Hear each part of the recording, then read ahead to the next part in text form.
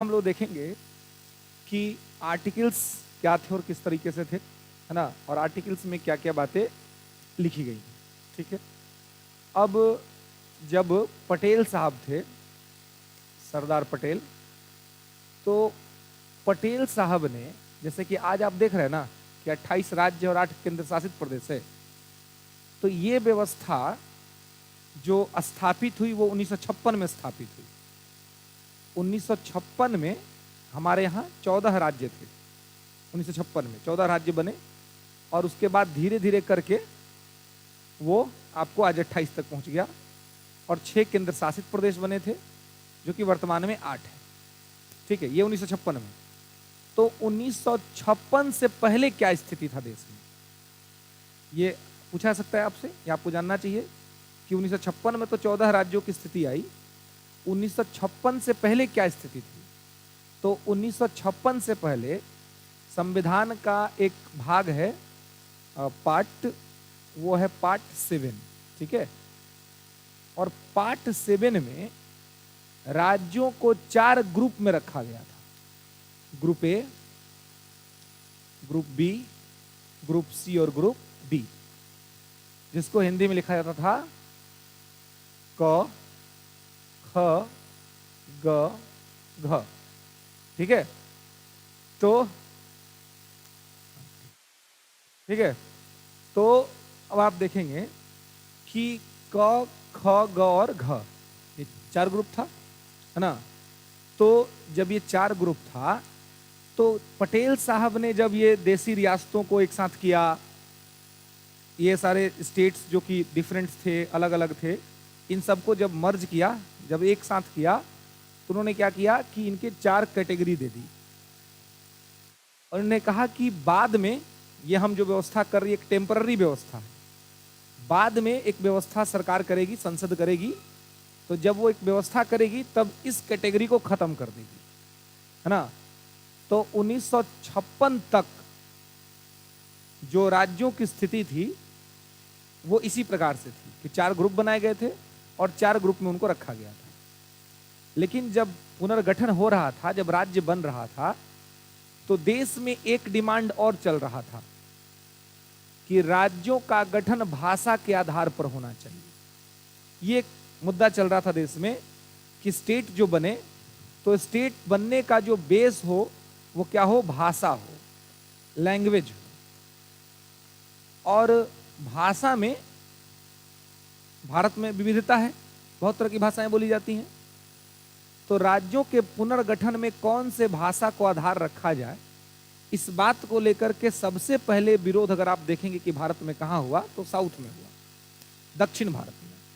दक्षिण भारत से डिमांड हुआ कि राज्यों का जो पुनर्गठन किया जाए उसका बेस लैंग्वेज को दिया जाए, है ना। उसको बेस क्या दिया जाए, लैंग्वेज को दिया जाए, भाषा को दिया जाए।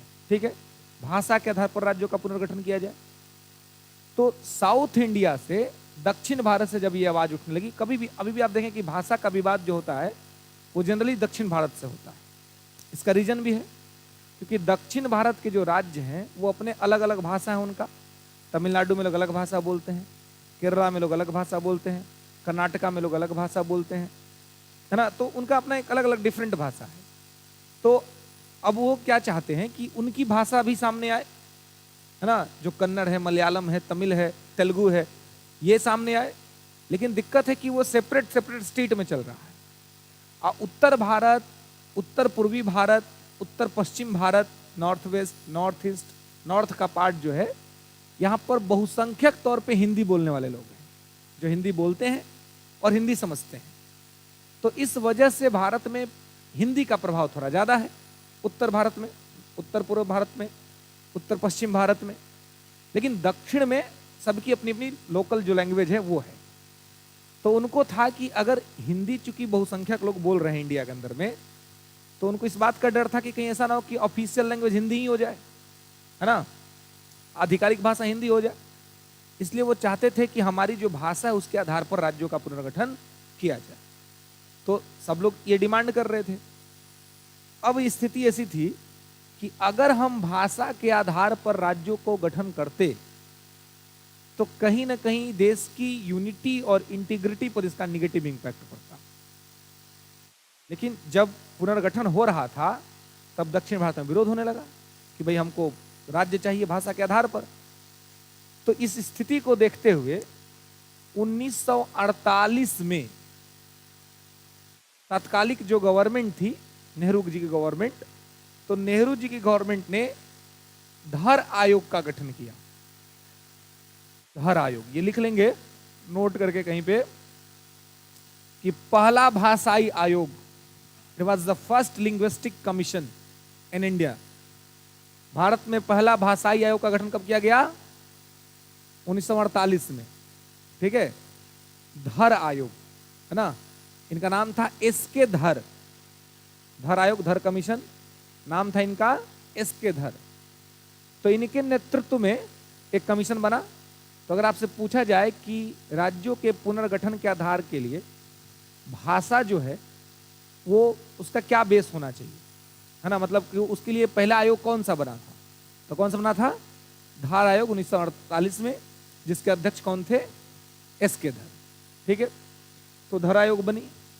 धर आयोग क्यों बना था? तो ये जांच करने के लिए सरकार ने बनाया था कि आप हमको जांच करके हमको रिपोर्ट दीजिए, हमको बताइए कि क्या राज्यों के गठन का आधार भाषा होना चाहिए। इसके लिए किया गया था।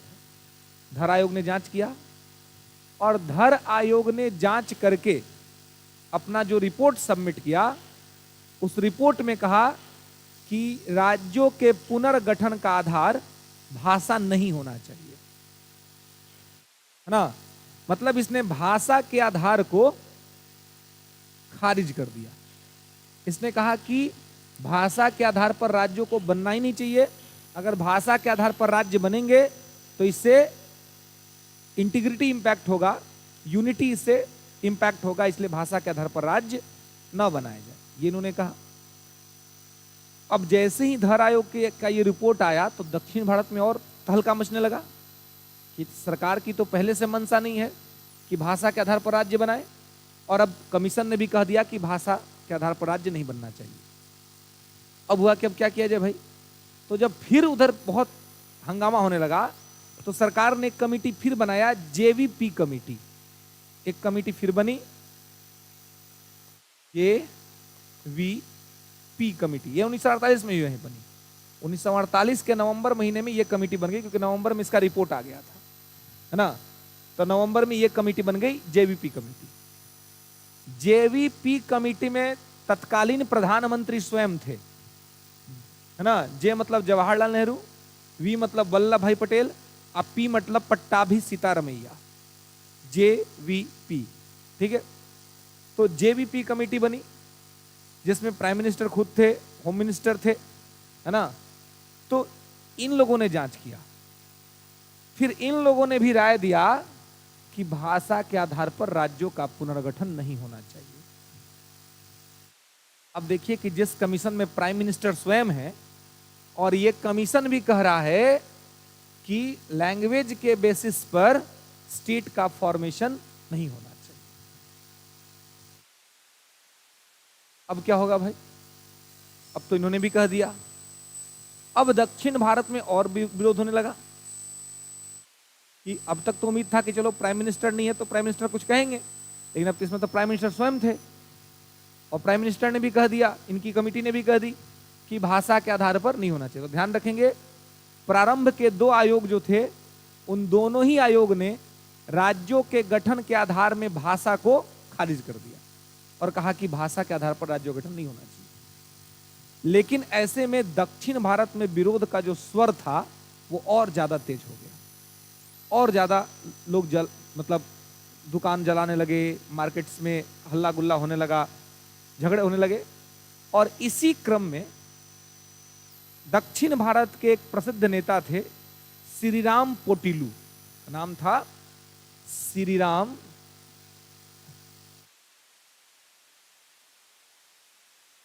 पोटिलू। तो श्रीराम पोटिलू ने अनशन कर दिया, भूख हड़ताल, हंगर स्ट्राइक, और लगभग 56 दिन तक ये भूखे रहे और सरकार ने बात नहीं सुनी। तो स्थिति ऐसी हुई कि अपने भूखे रहने के कारण इनका देहांत हो गया, ये मर गए, इनकी डेथ हो गई। अब जब श्री राम पोटिलू की डेथ हो गई तो अब पूरे दक्षिण भारत में और दंगा होने लगा, नेता मर गया। अब सरकार के ऊपर अब एक साइकोलॉजिकल प्रेशर हो गया, मनोवैज्ञानिक दबाव हो गया कि अब इस इमोशन को कैसे कंट्रोल करे। अब आनन फानन में सरकार के पास जब कोई रास्ता नहीं दिखा तो तत्कालिक तौर पे हो रहे दंगे को, हो रहे विरोध को कंट्रोल करने के लिए सरकार ने स्वीकार कर लिया कि भाषा के आधार पर हम राज्य बना देंगे। और 1953 में इसी घटना के बाद तेलुगु भाषी लोगों के लिए आंध्र प्रदेश नाम का राज्य का गठन कर दिया गया। तो यह गठन हुआ था दबाव में आकर के, अंडर प्रेशर हुआ था, है ना। क्या हुआ था? अंडर प्रेशर, ठीक है। तो ये अंडर प्रेशर हुआ और 1953 में क्या हुआ, तो तेलुगु भाषी जो लोग थे उनके लिए एक राज्य का गठन हो गया, आंध्र प्रदेश, 1953 में। इसलिए कहा जाता है कि भाषा के आधार पर गठित होने वाला भारत का पहला राज्य कौन सा है? आंध्र प्रदेश। और किस भाषा पर? तेलुगु भाषा पर। किसकी देहांत हुई थी?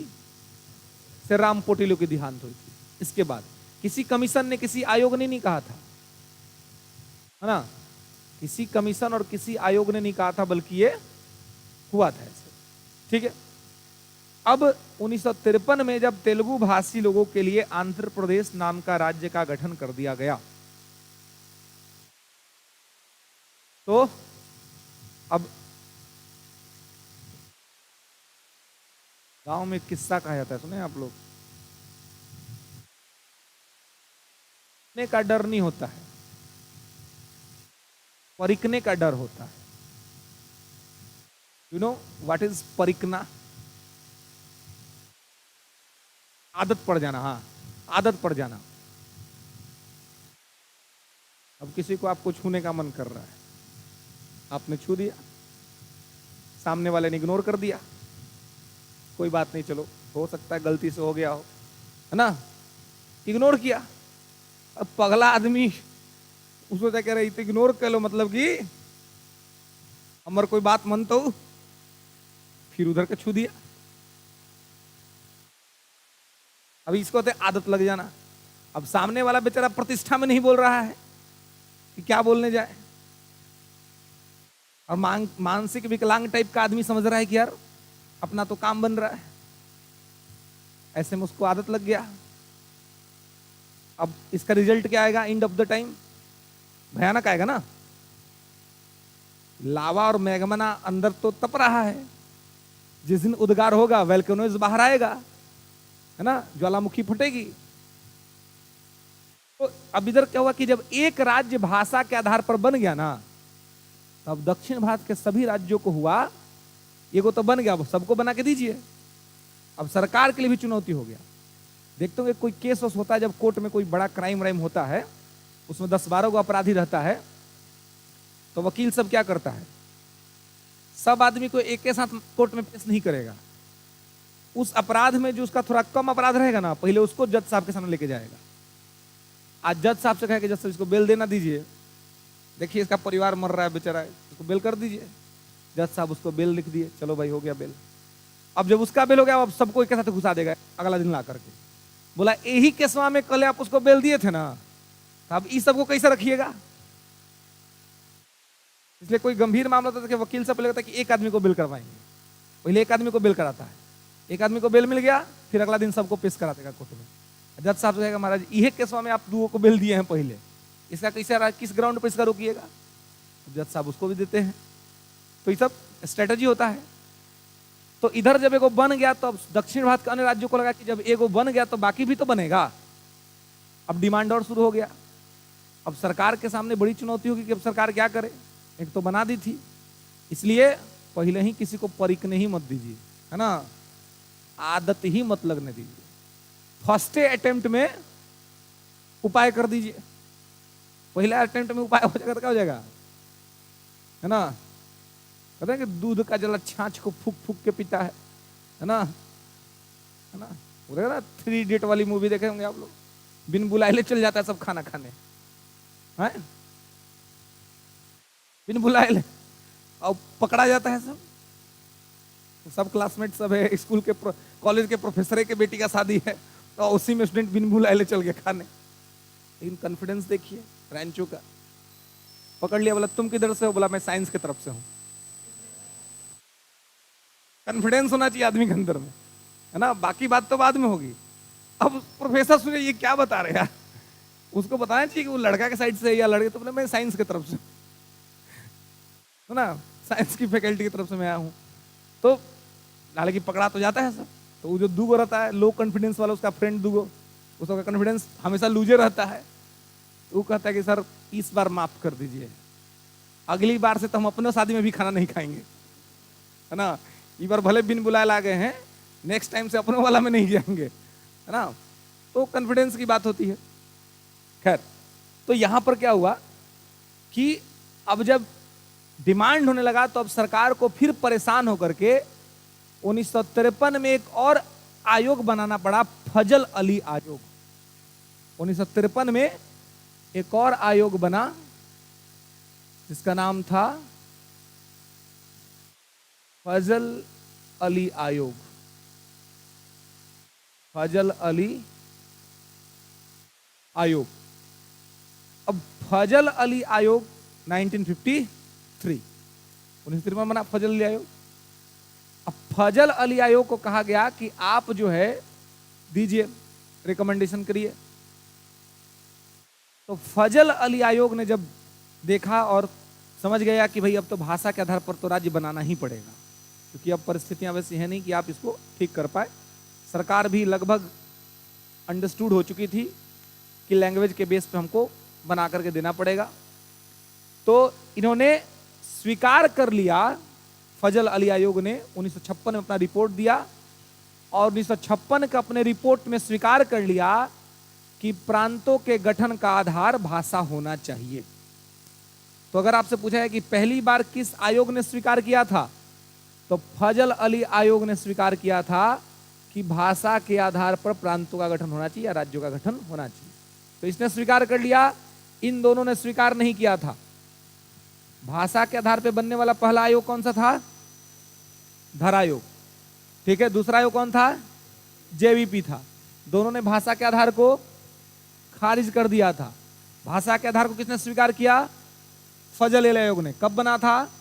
53 में बना था, क्योंकि इससे पहले एक भाषा आधारित राज्य बन चुका था। कौन सा राज्य? आंध्र प्रदेश। किस भाषा के आधार पर? तेलुगु भाषा के आधार पर। कौन सा नेता मरा था? श्रीराम पोटिलू। ओके, इन सभी फैक्ट्स को आपको ध्यान रखना है। ओके, अब फजल अली आयोग ने कहा कि भाषा के आधार पर राज्यों का पुनर्गठन होना चाहिए। लिख रहे हैं ना आप लोग? It's not going on Satyanarayan भगवान कथा, है ना, कि 7वां अध्याय होते हुआ शंख बजते करके प्रसादी बट लो, मैटर खत्म। सारा बात लिखना है ना। एंड भाई पहला क्लास है आपका क्या जी? फर्स्ट क्लास है? सेकंड क्लास है? मेरा भी सेकंड क्लास है, सेकंड ही है। लिख क्या नहीं रहे हैं? याद है सब बात? लिखे पढ़ते हो ना? है बैक बेंचर ट्विंस, थोड़ा सबको देखते हैं, कहीं रहता है कहीं नहीं रहता है। क्या बीमारी है? हैं? दोनों तो नहीं, हाँ दोनों के मुंह देखो भाई। हैं? सब देखते हैं हम, है ना। हैं? क्या कल नहीं थे? हाँ तुम तो उसको देखते हुए बराबर गायब रहता है। का जी सब पढ़ लिया है तो है, ये बुझाता नहीं है, हैं? बुझाता है ना, मतलब कि अंडरस्टैंड होता है ना, समझ में आती है ना बातें। Then why are you not present in class? और निकाल दे वो सीसीटीवी, तब पता चल तू कल आए क्या नहीं आए थे, है ना। हमारा अपनो सीसीटीवी है, आके नीचे में बैठते हैं पहले हम, है ना। है? आज जितना नहीं आ रहा है ना, अब पेशेंस, अब धैर्य खत्म हो रहा है ना। बहुत सारा लड़का लड़की सब है बेचारा गरीब, जिसका सिलेक्शन नहीं हो पाया है, वो सब मैसेज कर रहा है कि सर हम लोग को नहीं लिया गया। तो जितना ही जो नहीं आ रहा है ना सिलेक्शन होने के बाद, है ना, है क्या, हाँ वही बोल रहे हैं ना। बहुत से लोग हैं जो फी पे आए हैं, है ना। अब बहुत से है कि जिनका हुआ वो सब नहीं आ रहा है। तो आज ऑनलाइन में भी बोल रहे इतना है सबको कि मैटर क्लोज हो जीतू, आज जितना खाली होगा सीट वो सब, जितना लड़का लड़की सब मैसेज कर रहा है सब भर जाएगा। सबको एंट्री कराएंगे, बैकडोर एंट्री, है ना, जिसको कहते हैं बायलैटरल एंट्री, है ना, जैसे आईएएस में भी हो रहा है ना बायलैटरल एंट्री, बिना एग्जाम दे ले आईएएस, है ना। मोदी जी का योजना है, बिना यूपीएससी पास कैले आईएएस के हाली, तो बिना मिशन 50 टेस्ट पास कर सीधे क्लासरूम में आएगा सब, है ना, फ्री में आएगा। कैसे कि मतलब पता नहीं सीरियसनेस का क्या दिक्कत है ना, है पैसा नहीं लगा, नहीं तो मतलब अगर आप आ रहे हैं टेस्ट में बैठ रहे हैं तो मतलब ये तो है नहीं। बहुत बार ये भी होता है कि फी दे करके भी लोग उतने सिंसियर नहीं होते हैं, ये भी देखने को मिलता है कि बहुत सारे फी वाला भी बैच तो हम लोग पढ़ाते ही हैं, उसके अंदर में भी चीजें होती हैं। इसका शायद एक रीजन तो ये हो सकता है कि पटना में संस्थान है, घर नजदीक है ना, मित्र दोस्त बहुत ज्यादा हैं, तो लोग छुट्टियां मारते हैं, है ना, उस चक्कर में भी क्या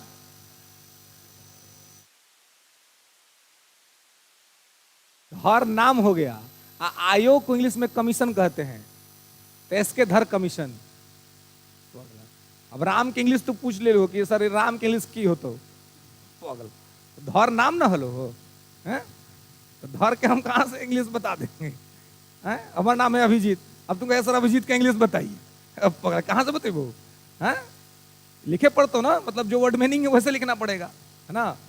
कोई कमीशन होगा तो कमीशन के हिसाब से आपको ये करना होगा ना। धर आयोग मतलब कि एस के धर आदमी है और उनके नेतृत्व में जेबीपी ये सब आदमी है, फजल अली ये सब आदमी है ना। आयोग को कमीशन लिख देंगे, ठीक है। तो यहाँ पे इसको ध्यान रखेंगे, है ना। तो जितना सब जो प्रेजेंट नहीं हो रहा है, कहीं आता है कोई नहीं आता है, महतो जी के दलान, ये तो अलगे कहानी है इसका, ये अलगे सेंटर ऑफ अट्रैक्शन है ना, अलगे खींच लेता है पूरा पावर, है ना। तो कितना सबको लगता है कि भाई एक दिन गए, एक दिन मैंने क्लास को समझ लेता है छुट्टी मनाने वाला जगह, आज मन नहीं लग रहा था चलते हैं क्लास, है ना, है। हाँ मूल अधिकार का तो हनन है, क्योंकि लेकिन अब दिक्कत ये है कि उसका अपना काम चल रहा है डेवलपमेंट का, है ना, तो उसे भी हमें थोड़ा समझना पड़ेगा, है ना, है नहीं। तो मूल अधिकार है तो अब नियम ये है, आपका हाथ है तो आप अपना हाथ से चाय पीजिए, कॉफी पीजिए, अपना हाथ बगल वालों को मार दीजिएगा, ये मूल अधिकार है। अपना काम करिए, अपने लिमिट में रह के करिए, दूसरा डिस्टर्ब ना हो। मूल अधिकार वैसे ही है कि अपने अधिकारों का प्रयोग उसी सीमा तक किया जाए जिससे दूसरा का अधिकार का हनन ना होता, वो मूल अधिकार है। मूल अधिकार एब्सोल्यूट नहीं है कि आप अपना अधिकार पूरा यूज कर रहे हैं, दूसरा आदमी का अधिकार लूज कर रहे हैं, है ना, ऐसे नहीं होता है, ठीक है।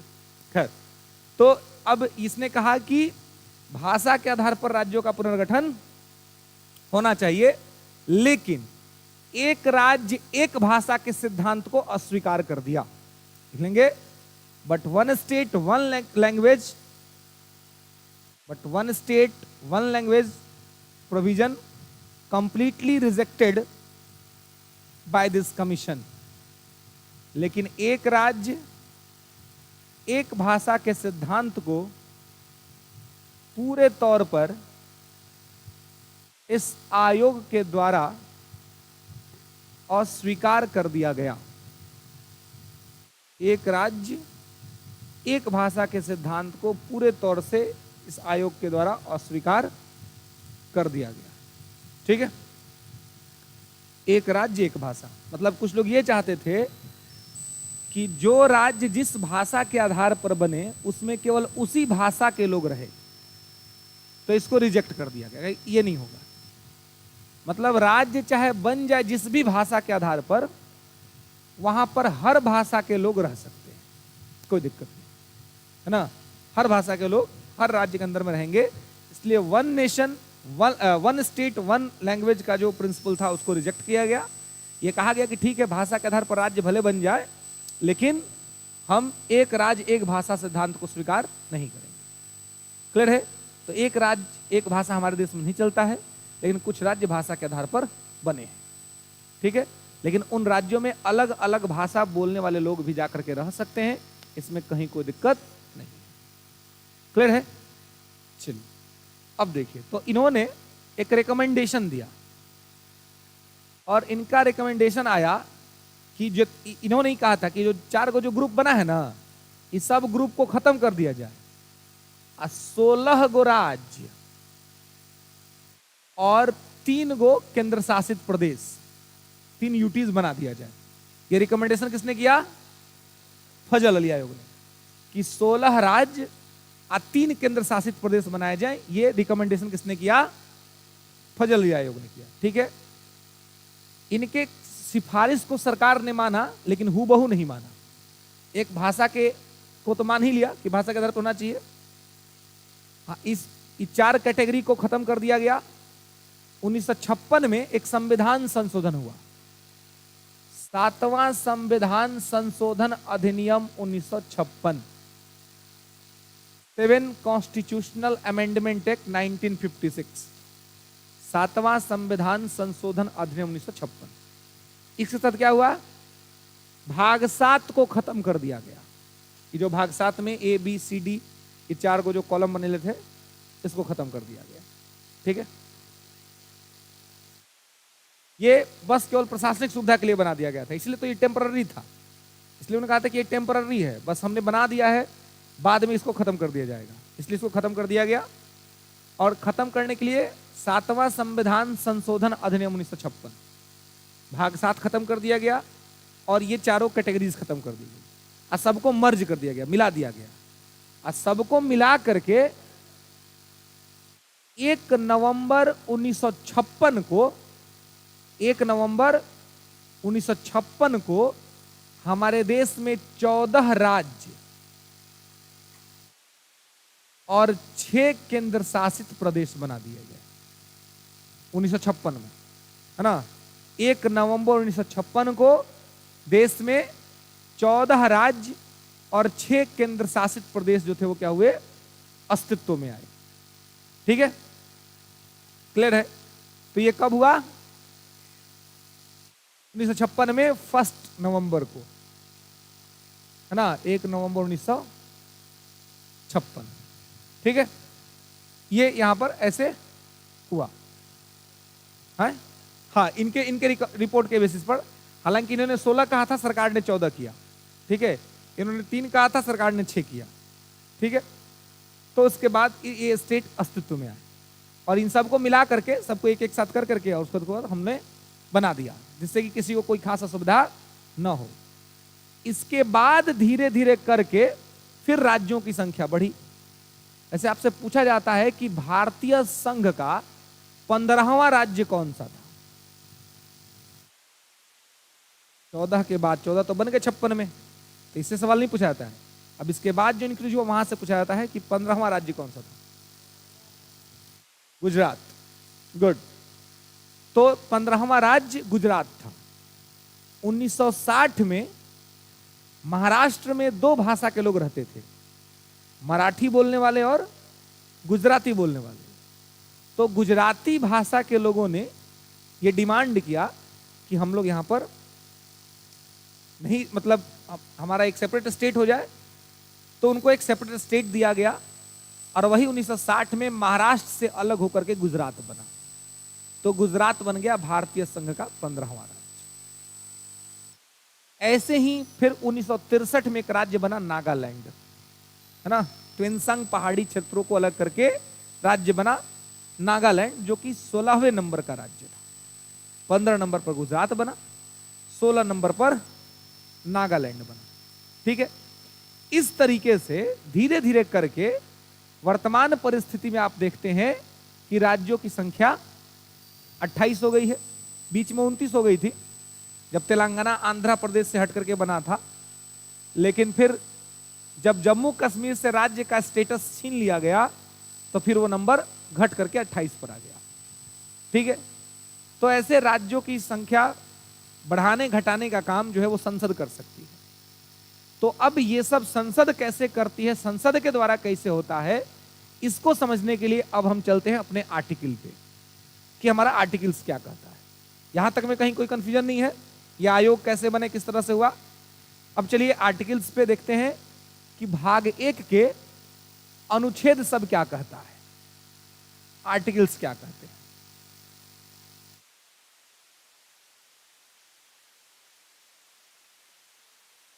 ट्वेनसांग पहाड़ी, ट्वेनसांग पहाड़ी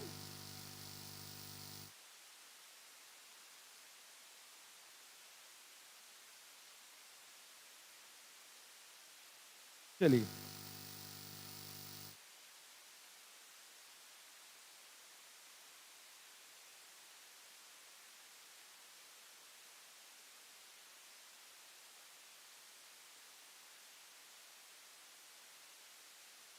स्टेट नहीं था, वो एक पहाड़ी इलाका था। ठीक है, हाँ, तो वो बेसिकली ट्वेनसांग पहाड़ी मतलब आज आप देखें तो नॉर्थ ईस्ट का जो 7 सिस्टर का प्रदेश है उसी से सेपरेट होकर के बना था। जो 7 राज्यों को 7 सिस्टर कहा जाता है उन्हीं से सेपरेट होकर के उसको बनाया गया था। क्रिश्चियनिटी संख्या ज़्यादा थी, तब भी थी, आज भी है, इसलिए वहाँ का कल्चर ही डिफरेंट है, इसलिए उनको एक सेपरेट स्टेट के तौर पे स्टैब्लिश किया गया था। अब संविधान क्या कहता है, संविधान के आर्टिकल्स में क्या है और किस प्रकार से हैं, तो पार्ट 1 में बस आपको 4 आर्टिकल पढ़ना है ना, आर्टिकल 1, आर्टिकल 2, आर्टिकल 3, आर्टिकल 4। ठीक है, तो लिखेंगे पहला आर्टिकल 1, अनुच्छेद 1। अनुच्छेद 1 क्या कहता है, तो लिखेंगे India that is Bharat. Article 1,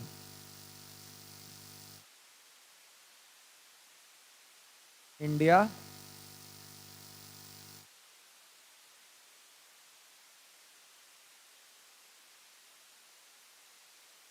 that is Bharat shall be union of state।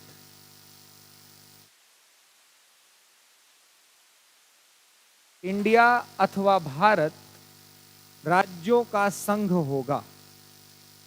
India अथवा भारत राज्यों का संघ होगा, यह भारत के संविधान का पहला आर्टिकल है, ये यही बात करता है, इंडिया अथवा भारत राज्यों का संघ होगा।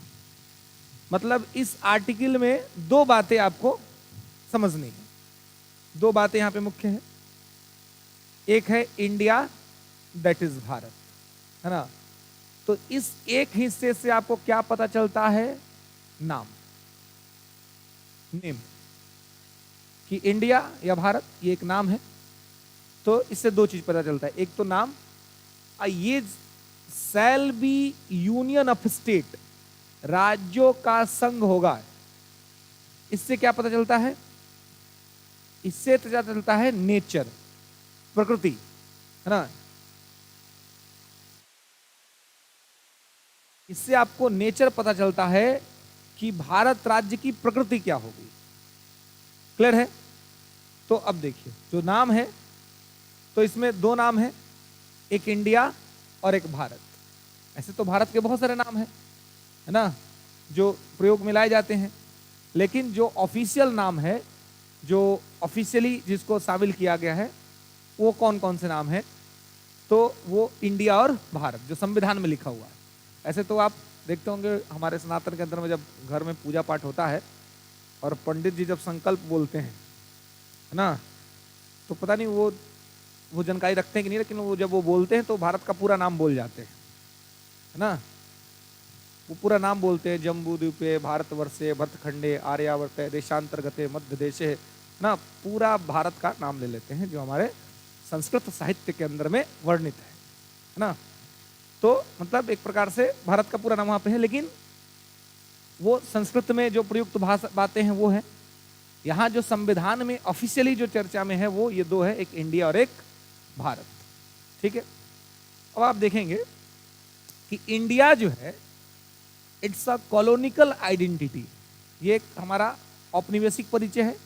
जब हम गुलाम थे तब हमें इसी नाम से बुलाया जाता था, और यही हमारा एक डॉक्यूमेंट्री आइडेंटिटी भी बन गया, क्योंकि जितने सारे कानून बन के आते थे उन सभी कानूनों पर इंडिया ही लिखा हुआ था। तो एक प्रकार से डॉक्यूमेंट्री आइडेंटिटी बन गया था। भारत जो है ये डॉक्यूमेंट्री आइडेंटिटी नहीं, ये कल्चरल आइडेंटिटी है। ये भारत का सांस्कृतिक परिचय है। तो हमारी संस्कृति में भारत बसा हुआ, इसलिए हमने भारत नाम रखा। कहा जाता है कि भारत जो नाम पड़ा वो राजा भरत के नाम पे पड़ा था, है ना। राजा भरत जो थे इनके नाम पर पड़ा था। तो ये भरत के माता पिता कौन थे? कौन? क्यों ने? हाँ, कैकई और राजा दशरथ। तो इना हो तो हाँ, शकुंतला और दुष्यंत। ये वो भरत हैं जो जिनके पिता का नाम दुष्यंत था और माता का नाम शकुंतला था, है ना। जो बचपन से ही काफी वीर थे ना, और कहा जाता है कि बचपन में ही ये शेर का दांत गिन देते थे, है ना। धर के खिलाते थे उसको, धर के उसका दांत गिन देते थे। तो ये उनका ये था। तो इसलिए कहा जाता है कि भरत के नाम पर ही भारत नाम पड़ा है, ठीक है। तो इसलिए ये यहां से कुछ ज्यादा आपको समझ मतलब ये नहीं है, इंफॉर्मेशन नहीं मिलता, बस नाम पता चलता है कि भारत का संविधान में 2 नाम लिखा हुआ है, इंडिया अथवा भारत। दोनों भारत के लिए ही प्रयोग किया जाता है। दूसरा मुद्दा है shall be union of state, जिसको मैं बहुत बार आपको बता चुका हूं कि इस लाइन का मतलब अंबेडकर साहब जब बताते हैं तो वो कहते हैं कि shall be union of state का मतलब है कि भारत संघ किसी समझौता का परिणाम नहीं बल्कि सहमति का परिणाम है ना। लिख लेंगे नोट करके। इसकी व्याख्या करते हुए, हाँ मतलब इस लाइन की व्याख्या करते हैं। ये तो देख रहे हैं ना, ये लिख लिया ना कि इससे नाम का पता चलता है, ठीक है। इससे प्रकृति पता चलती है। तो प्रकृति के संबंध में अंबेडकर साहब ने क्या कहा है? तो प्रकृति के संबंध में अंबेडकर साहब ने कहा है, बी आर अंबेडकर ने, कि भारत संघ किसी समझौता का परिणाम नहीं बल्कि सहमति का परिणाम है। Indian union it's not a result of any agreement, it's not a result of any agreement. भारतीय संघ किसी समझौता का परिणाम नहीं बल्कि सहमति का परिणाम है। It's not result of any agreement but it's result of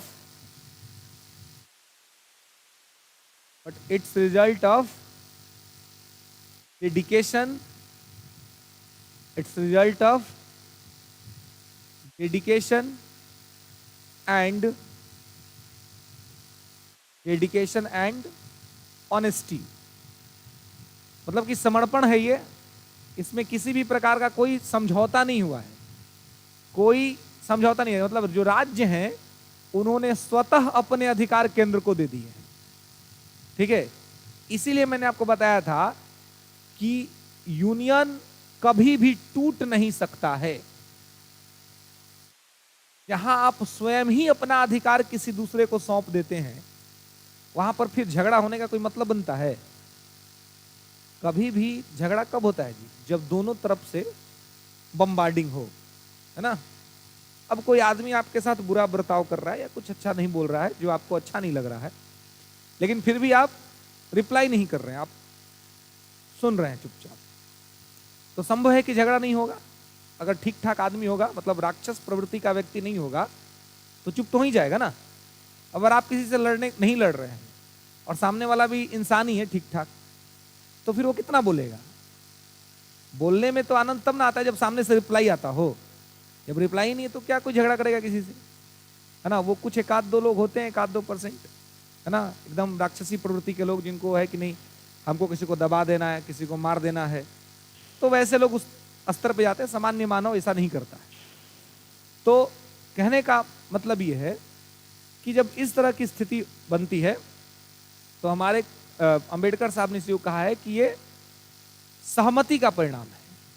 तो सहमति का परिणाम है, इसका मतलब ये कि आज जो आप 28 स्टेट देख रहे हैं और 8 यूटीज, ये इनमें से कोई भी इंडियन यूनियन से अलग नहीं हो सकते हैं। अगर कोई भी चाहे कि हम भारत संघ से अलग हो जाएं, तो इनमें से कोई भी भारत संघ से अलग नहीं हो सकता, कोई भी नहीं, क्योंकि यहां पे ताकतवर कौन है? भारत। अब कहेंगे कि संविधान ऐसा क्यों बना, इन राज्यों को अलग होने का विकल्प क्यों नहीं मिला? तो सुभाष कश्यप जो हैं संविधान विधि विशेषज्ञ, उनकी किताब आती छोटी सी, आवर कॉन्स्टिट्यूशन, हमारा संविधान। एक और किताब आती है डीडी बसु की, संविधान करके, जो प्रॉपर संविधान की किताब है। लक्ष्मीकांत तो राज्य व्यवस्था की किताब है। संविधान की जो ऑथेंटिक बुक है वो या तो सुभाष कश्यप की है या फिर वो डीडी बसु की है।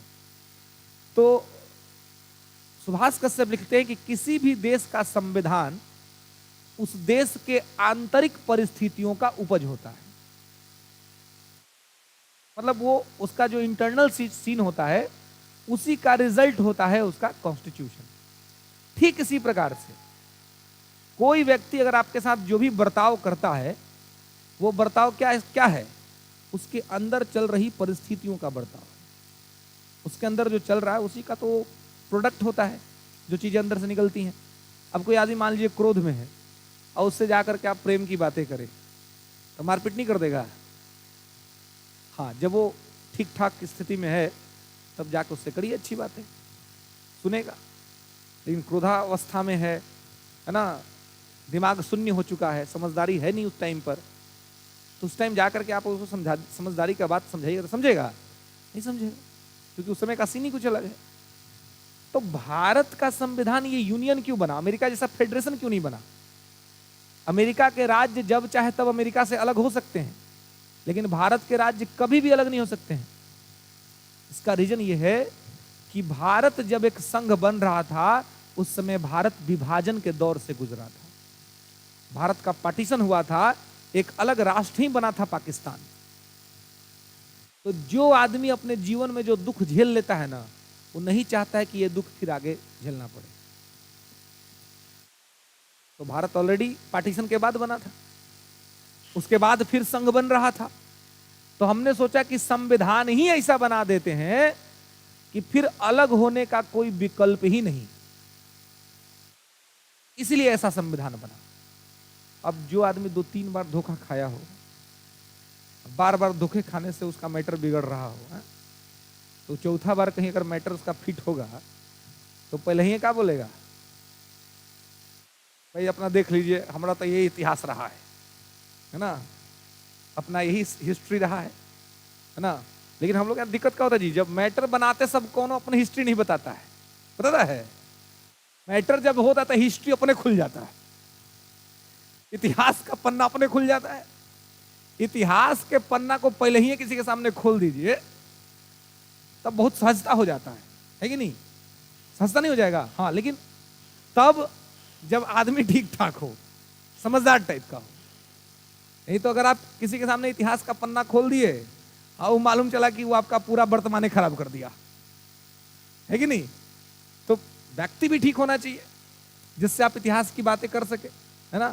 नहीं तो ठीक है भाई, चलो वर्तमान में जो चल रहा है चल रहा है, बाद में मैटर खुलेगा तो देखा जाएगा, है ना। लेकिन इतिहास ऐसा चीज है ना कि पीछा नहीं छोड़ता है। इतिहास कभी ना कभी वर्तमान बन के आपके सामने खड़ा हो जाता है ना। ये आप पाएंगे अपने जीवन के घटनाओं के अंदर में कि इतिहास, आपको लगता है कि इतिहास बन गया, लेकिन कब वो वर्तमान बन के आपके सामने खड़ा हो जाएगा ये आपको पता नहीं है। और अचानक से अगर वर्तमान बन के सामने खड़ा हुआ तो दिक्कत हो जाएगा। इसलिए अच्छा क्या है कि इतिहास को ठीक तरीके से मैनेज किया जाए, है ना, ठीक तरीके से उसको संभाला जाए, जिससे कि इतिहास अगर वर्तमान की स्थिति में आए भी कभी तो बहुत निगेटिव इंपैक्ट ना दे करके जाए, कोई नकारात्मक प्रभाव दे करके ना जाए। इस तरह से इतिहास को संतुलित करना चाहिए, है ना। जिनको इतिहास को संतुलित करने नहीं आता उनका वर्तमान भी खराब हो जाता है ना। और इतिहास पीछे छोड़ने वाली चीज ही नहीं। इतिहास के की जो डेफिनेशन है उसमें लिखा ही गया कि निरंतरता इसका सबसे बड़ा गुण होता है। Consistency is the major feature of the history, है ना। ये मेजर फीचर है, वो जाएगा ही नहीं कभी, वो रहेगा हमेशा, ऑल द टाइम।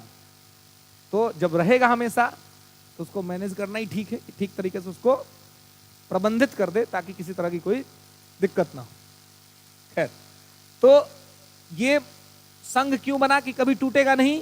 क्योंकि भारत पार्टीशन के दौर से गुजरा था।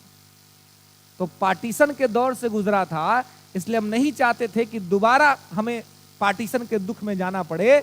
इसलिए हमने संविधान ही ऐसा बना दिया कि बस एक बार केवल आ जाओ, फिर जाने का विकल्प नहीं है ना। माने इनने ब्रेकअप ना हो तो ना, ब्रेकअप का कोई विकल्प नहीं। मैटर हो गया तो बस हो गया, है ना। एक बार दरवाजा बंद, अब बंद ना खुलतो, है ना। लोग के समाज में तो यही होता था ना जी। हमारी भारतीय सनातनी परंपरा है, इसमें तो यही होता था कि एक बार किसी के साथ बंध गए तो 7 जन्मों के लिए बंध गए, है ना। तो वो हमारे माता पिता, हमारे पूर्वजों का संस्कार था। अभी क्या है? अभी तो बंधने से पहले 10 बार बधाता है आदमी सब। कभी किन्नियों बधा गया, कभी किन्नियों बधा गया।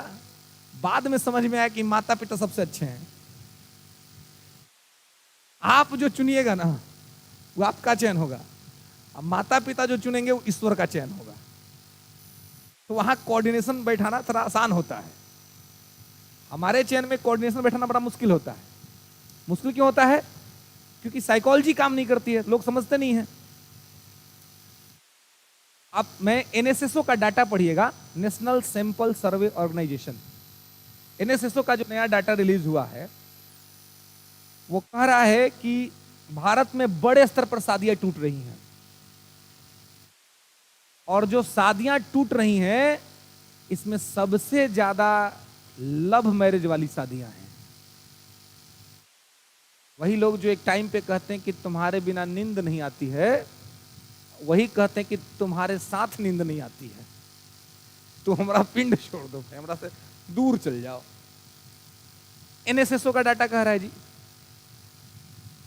माता पिता वाला में मैटर उतना खराब नहीं होता है, जल्दी खराब होने का चांसेस वहां पे भी है।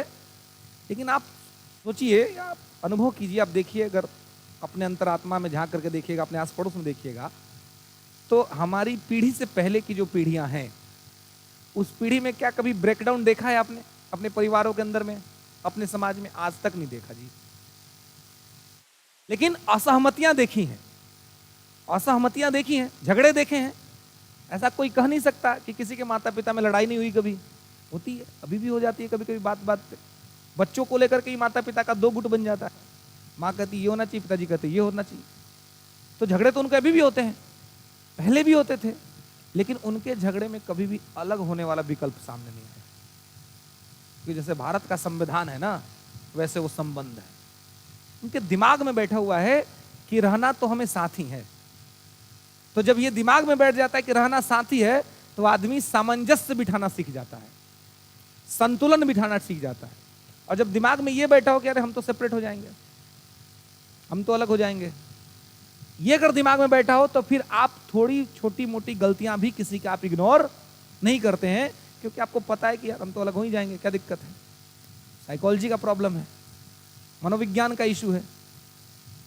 और ये जो संबंध टूट रहे हैं, वो सबसे ज्यादा संबंध टूटने का दिक्कत क्या है? Lack of understanding. जो पहले लोग बहुत ये करते थे, और माता पिता वाले में अंडरस्टैंडिंग की कोई बात ही नहीं होती है जी। माता पिता जो संबंध बनाते हैं, जो बंधवाते हैं, उसमें तो परिचय होता ही नहीं है, अचानक से परिचय होता है। तो एक दूसरे को जानने समझने बूझने में ही 3-4 साल निकल जाते हैं जी। आपको पता नहीं कि सामने वाला का डेट ऑफ बर्थ क्या था, आपको पता ही नहीं कि सामने वाले को कौन सा कलर पसंद है, आपको पता ही नहीं कि सामने वाले को कौन सा खाना अच्छा लगता है। सामने वाले को आपसे कोई उम्मीद नहीं है, आपको भी उनसे कोई उम्मीद नहीं है, उनको भी आपसे कोई उम्मीद नहीं है।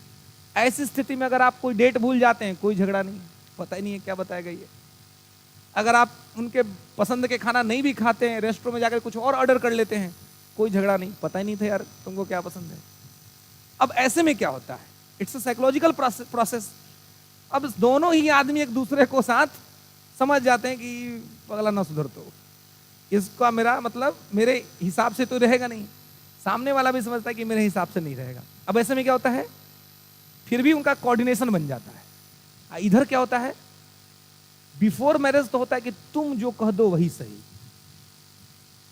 12 बजे रात को तुमको अच्छा पिज्जा खाना है, अभी मनाते हैं, तुरंत ऑर्डर मर तो क्यों, क्योंकि अभी तो इंप्रेस करना है ना, अभी तो मैटर आगे तक लेके जाना है।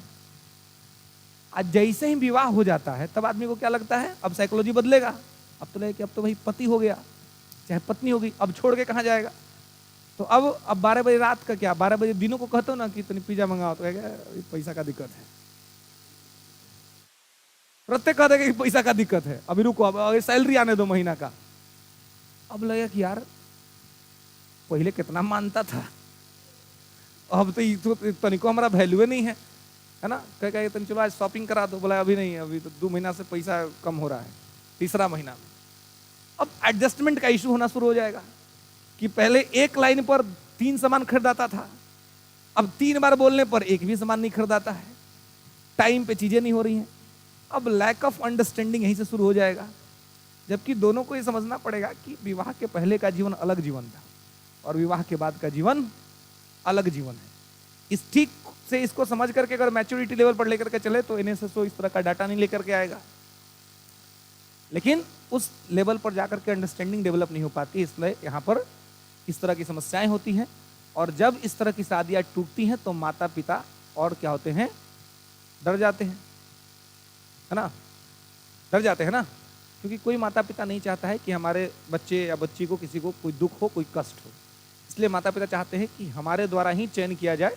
हालांकि ये कहना भी 100% सटीक नहीं हो सकता है कि माता पिता जो चुन करके लाएंगे वो बहुत बेहतर लाएंगे, क्योंकि ये तो कोई नहीं जानता है ना, कि आपके साथ फ्यूचर में क्या होना है तो कोई नहीं जानता है। राजा जनक तो प्रभु राम से विवाह किए थे अपनी बेटी का, कि अयोध्या की महारानी बनेगी, इतना एकदम सेट लड़का था, है ना, सरकारी नौकरी लड़का था ना, फिक्स था कि राम जी राजा बनने वाले हैं, पहले से एकदम फिक्स था कि राजा ये बनेंगे, सीता जी महारानी बनेंगी। लेकिन मैटर गड़बड़ हो गया, नसीब में नहीं था, जाना पड़ा बनवास में। चक्रवर्ती सम्राट की बेटी, चक्रवर्ती सम्राट की बहू, और पूरा जीवन बीत गया बनवास में। तो यदि कर्म के अंदर में ही कुछ गड़बड़ियां लिखी होंगी, भाग्य के अंदर में ही, तो फिर उसको तो कोई नहीं बदल सकता। लेकिन हाँ, आप अपने कर्मों के माध्यम से कीर्तिमान स्थापित कर सकते हैं। किसी के जीवन में दुख होता है तो आदमी जो अकर्मण्य टाइप का आदमी होता है वो दुख को देख करके अपने आप को बर्बाद कर लेता है, और जो कर्मण्य आदमी होता है, जो कर्म में विश्वास रखता है, वो अपने दुख के जीवन को भी इतना बढ़िया से जी लेता है कि आने वाली पीढ़ियों के लिए इतिहास बन जाता है। भले ही उनको कष्ट हुआ, लेकिन पूरे भारत के सनातनी महिलाओं के लिए तो एक आदर्श है सीता, तो उस समय को भी तो जी लिया उन्होंने अच्छे से। तो ये बड़ा इंपॉर्टेंट है कि हम अपने कर्म को किस डायरेक्शन में लेकर के मूव करते हैं। जिस डायरेक्शन में लेकर के जाएंगे, ठीक तरीके से गाइड करेंगे, तो वहीं पर हमें बेहतर रिजल्ट मिल जाएगा, उसमें कहीं कोई दिक्कत या समस्या नहीं है। तो परिस्थितियों के हिसाब से ही व्यवस्था बनता है। तो यहां परिस्थितियां वैसी थी, इसीलिए ये यूनियन बना, जिसका मतलब क्या है कि भारत संघ कभी भी टूटेगा नहीं। समझ रहे हैं, भारत संघ कभी भी टूटेगा नहीं। तो यूनियन ऑफ स्टेट का मतलब यही है। क्लियर है, उसको ध्यान रखना है, ठीक है। क्या सिक्किम, अभी आगे आते हैं सिक्किम पर, सिक्किम का यहां पे कोई मैटर नहीं है, ठीक है। यहां पे यहां पे समझ गए, ठीक है। अब आइए आर्टिकल 2। आर्टिकल 1 में कोई दिक्कत नहीं ना जी, समझ में आया ना मैटर सब। भाई कौची कैले है सब, यहाँ पर देख रहे हैं, यहाँ पर जाते लगता है कि डीप में चल गया आदमी। हाँ, इसका बहुत गंभीर बीमारी हो गया। आने आइए तो इलाज का पुल है, ये देखिए, है ना, इलाज का पुल है। मैंने बड़ा संतुलन यहाँ पे भी, मैंने पोडियम पे खड़ा रहना भी संतुलन बनाने के बराबर का है। इस संतुलन अगर नहीं बना तो मैटर गबड़ा जाएगा, कहीं ना कहीं वो धस देते, सब की करता है समझ में नहीं आता है। चलिए आइए आर्टिकल दो क्या कहता है जी? नए राज्यों का प्रवेश एवं गठन। नए राज्यों का प्रवेश एवं गठन, ठीक है। Inter and organised of new states. नए राज्यों का प्रवेश एवं गठन संसद की शर्तों पर,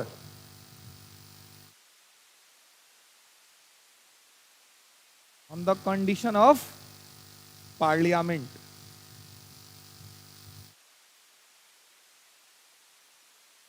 ठीक है, ओके। संसद की शर्तों पर, ठीक है। अब संसद की शर्तों पर का मतलब समझ रहे हैं?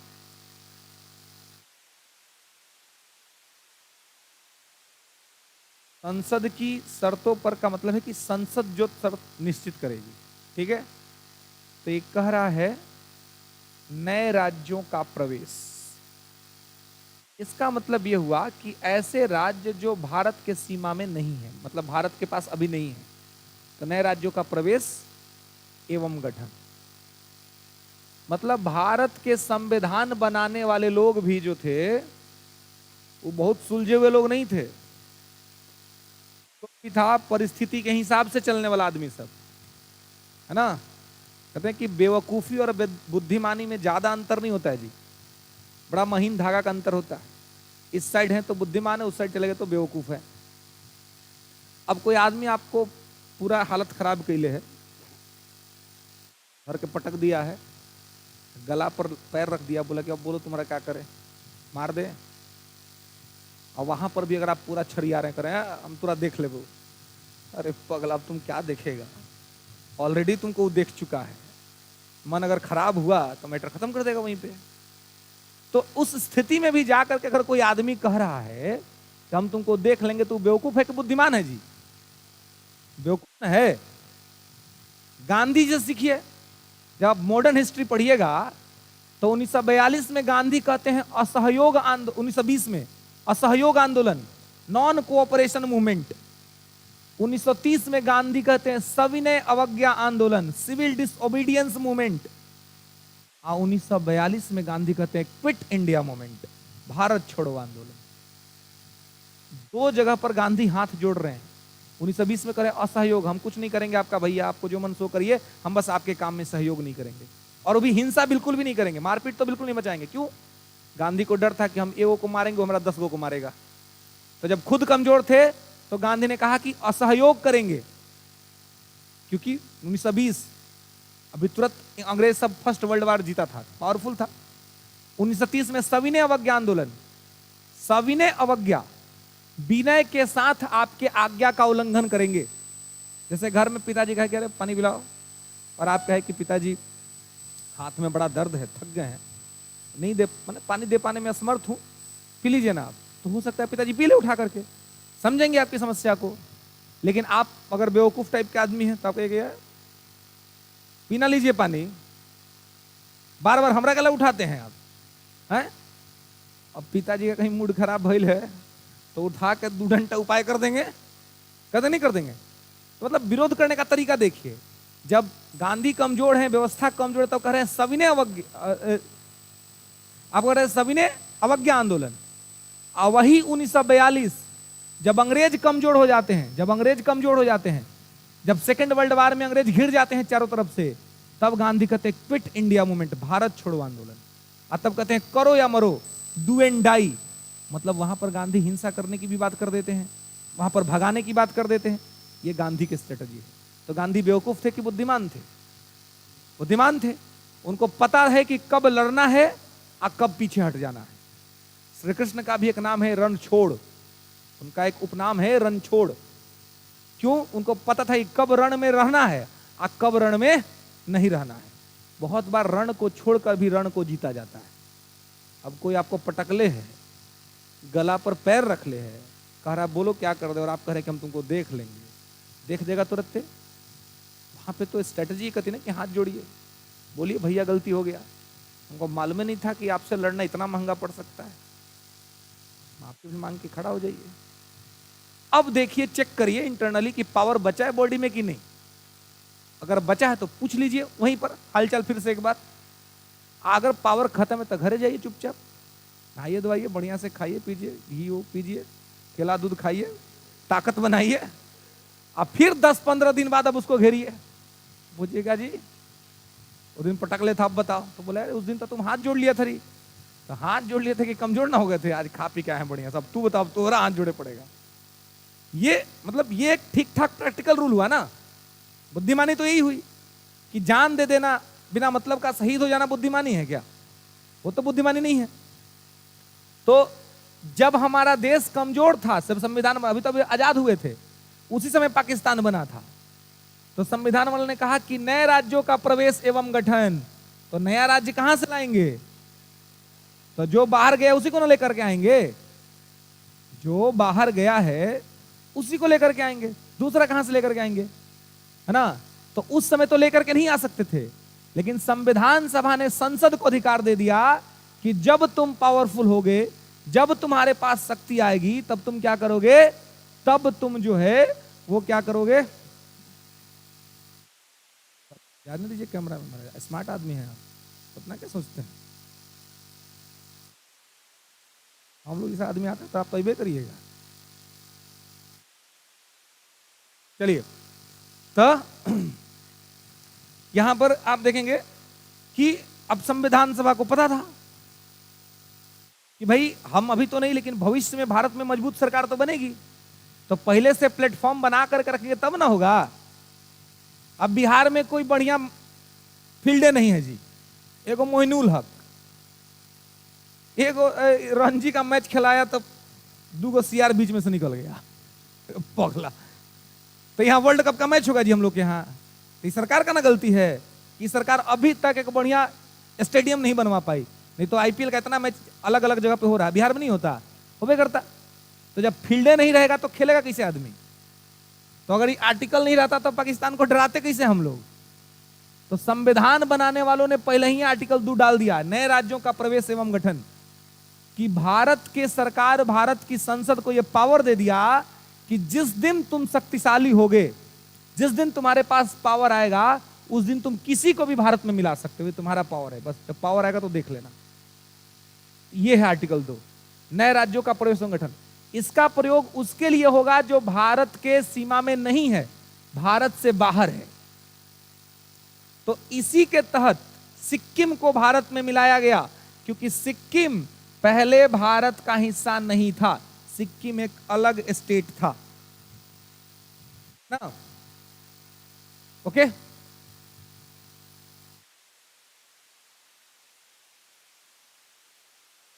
अब सिक्किम के साथ स्थिति क्या थी, तो आप देखेंगे कि मैंने पहले बताया था आपको कि इधर सिक्किम, सिक्किम के ऊपर तिब्बत, तिब्बत के ऊपर में चाइना। कि चाइना वाला सब तो जमीन हड़पने में एकदम माहिर आदमी है, तो ये पगला सब क्या किया, चाइना वाला सब तिब्बत को हड़प लिया। और तिब्बत के बगल में है सिक्किम। अब आपके पड़ोस में चोरी हो जाए तो आप तुरंत सीसीटीवी कैमरा अपना गेट पर लगवा दीजिएगा, नहीं लगवा दीजिएगा? चोरी बगल वाला के यहां हुआ है, लेकिन भी आप लगा दीजिएगा। ब्रेकअप कोनो दूसरा दोस्त का होता है, और साथ रहने वाला डर जाता है कि कहीं हमरो मत घबरा जाए भाई, तुरंत हाली हाली फोन करता है, भाई सब ठीक है। अब आजकल तो वीडियो कॉल हो गया तो सुविधा बढ़ गया, नहीं सीधे वीडियो कॉल मार देता है, देख लो भाई कहाँ है, नहीं है कि नहीं तो कहीं मैटर घबरा ना जाए, तो आदमी डर जाता है। अगल बगल में कुछ भी अप्रिय घटना घटती है तो आदमी डरता है कहीं यह घटना हमारे साथ ना घट जाए, है कि नहीं। तो आदमी बड़ी सतर्क रहता है कि यार समय का कौन जानता है, कब समय किस करवट ले ले, है ना। इसलिए आदमी सब सतर्क रहता है। कि जब तिब्बत को कब्जा किया तो डर गया बेचारा सिक्किम, ये सोचा कि ऐसा ना हो कि अगला नंबर हमर लग जाए। सिक्किम में चोग्याल वंश का शासन था, चोग्याल डायनेस्टी राजस्थान था सिक्किम में, छोटा सा राज्य यहाँ पे सब शासन करता था। तो ये चोग्याल सोचा कि अपने आप को कैसे बचाए, तो ये आया भारत के पास, भारत से मदद मांगने की भैया हमको बचा लीजिए। भारत ने कहा कि ठीक है हम बचा लेंगे। तो कहा कि हम पूरी तरह से भारत में शामिल नहीं होना चाहते हैं, हमको संरक्षित राज्य का दर्जा दीजिए। हमारा बाहरी मैटर आप देखिएगा, हम पर कोई आक्रमण करे तो आप संभाल लीजिएगा, हमारा विदेश विभाग आप देखिएगा, हमारा कम्युनिकेशन आप देखिएगा, इंटरनल हम संभाल लेंगे। भारत ने कहा कोई बात नहीं, चलो। तो हमने आर्टिकल 2 में एक अमेंडमेंट किया, है ना। आर्टिकल 2 में एक अमेंडमेंट किया था, आर्टिकल 2A ऐड किया था, और ये ऐड किया था हमने 35वां संविधान संशोधन से, 35वां संविधान संशोधन अधिनियम 1974। तो 35 कॉन्स्टिट्यूशनल अमेंडमेंट एक्ट 1975, ठीक है।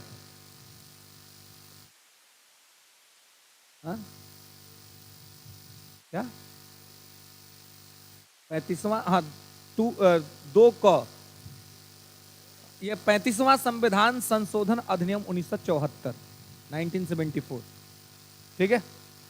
तो 35वां संविधान संशोधन की CAA का मतलब है कॉन्स्टिट्यूशन अमेंडमेंट एक्ट, ठीक है। इसके तहत सिक्किम को संरक्षित राज्य का दर्जा दिया गया। माने सिक्किम पूरी तरह से भारत का राज्य नहीं बना, लेकिन भारत से जुड़ गया, और सिक्किम का रक्षा, इसका डिफेंस, इसका संचार, कम्युनिकेशन, और इसका विदेश मामला, एक्सटर्नल अफेयर्स, अब ये हुआ कि भारत देखेगा तीनों, ठीक है। इसका मतलब कि अब अगर चाइना कब हमला करता सिक्किम पर, तो भारत चाइना के लिए लड़ता, भारत जो है वो सिक्किम के लिए लड़ता, ठीक है। तो ये हुआ, लेकिन सिक्किम के लोग बड़े डरे हुए थे, उनको डर था कि यार हम लोग तो पूरा तौर पे भारत का हिस्सा बने नहीं है, तो पता नहीं जब मैटर खराब होगा तो भारत ईमानदारी से हमारा साथ देगा कि नहीं देगा। तो उन्होंने क्या किया कि वहां की जनता ने विद्रोह कर दिया अपने राजा के खिलाफ, और कहा कि हमको राजतंत्र नहीं, अब हमको लोकतंत्र चाहिए, हम पूरी तरह से भारत में जाना चाहते हैं। जब वहां की जनता ने विरोध किया, तब फिर एक संविधान संशोधन हुआ, 36वां संविधान संशोधन अधिनियम 1975, ठीक है। 36 कॉन्स्टिट्यूशनल अमेंडमेंट एक्ट 1975,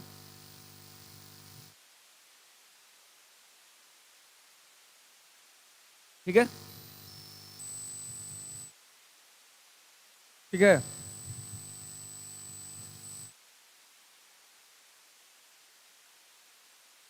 तो 36वां संविधान संशोधन अधिनियम 1975, इसके तहत फिर ये आर्टिकल 2 को खत्म कर दिया गया,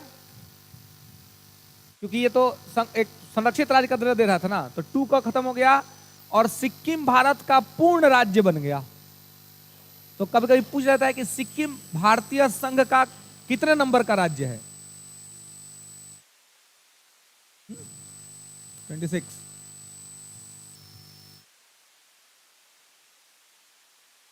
21,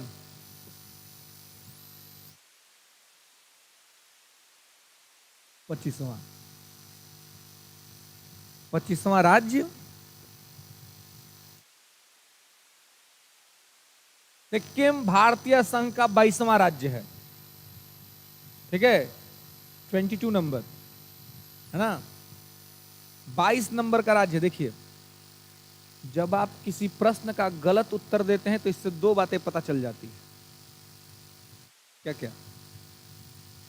एक तो जो पूछा गया है वो नहीं पता है, दूसरा कि जो बता रहे हैं उसके बारे में तो बिल्कुल भी पता नहीं है।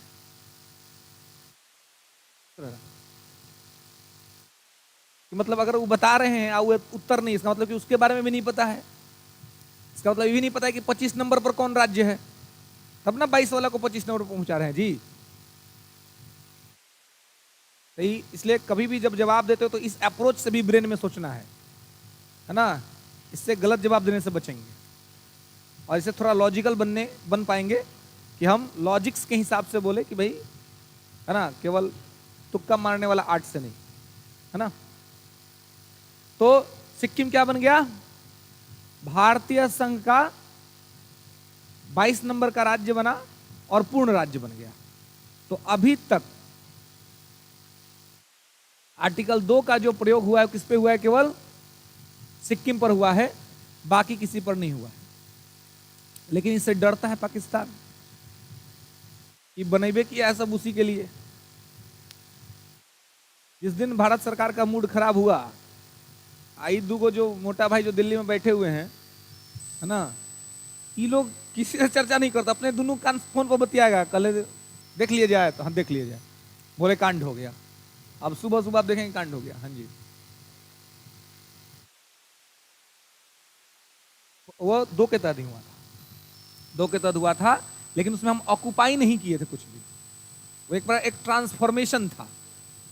हाँ, तो ऑक्युपाई नहीं हुआ था। ये ऑक्युपाई की भी बात कर रहा है, तो हमने सिक्किम को ऑक्युपाई कर लिया, सिक्किम को ऑक्युपाई कर लिया ना, तो हमने 111 गांव दिए थे बांग्लादेश को, अब बांग्लादेश ने हमें 51 गांव दिया, तो ऑक्युपाई नहीं कहेंगे ना उसको, वो तो समझौता हुआ ना, एक बराबर के प्लेटफॉर्म पर समझौता हुआ। ये बेसिकली इसका मोटिव वो सीमा विवाद को सुलझाने का काम हुआ, कि हमने सुलझा लिया। ये मैटर तो मेन है खतरनाक कि आप ले लिए, पूरा बांग्लादेश को ले लिए, चलो हो गया तुम्हारा छुट्टी।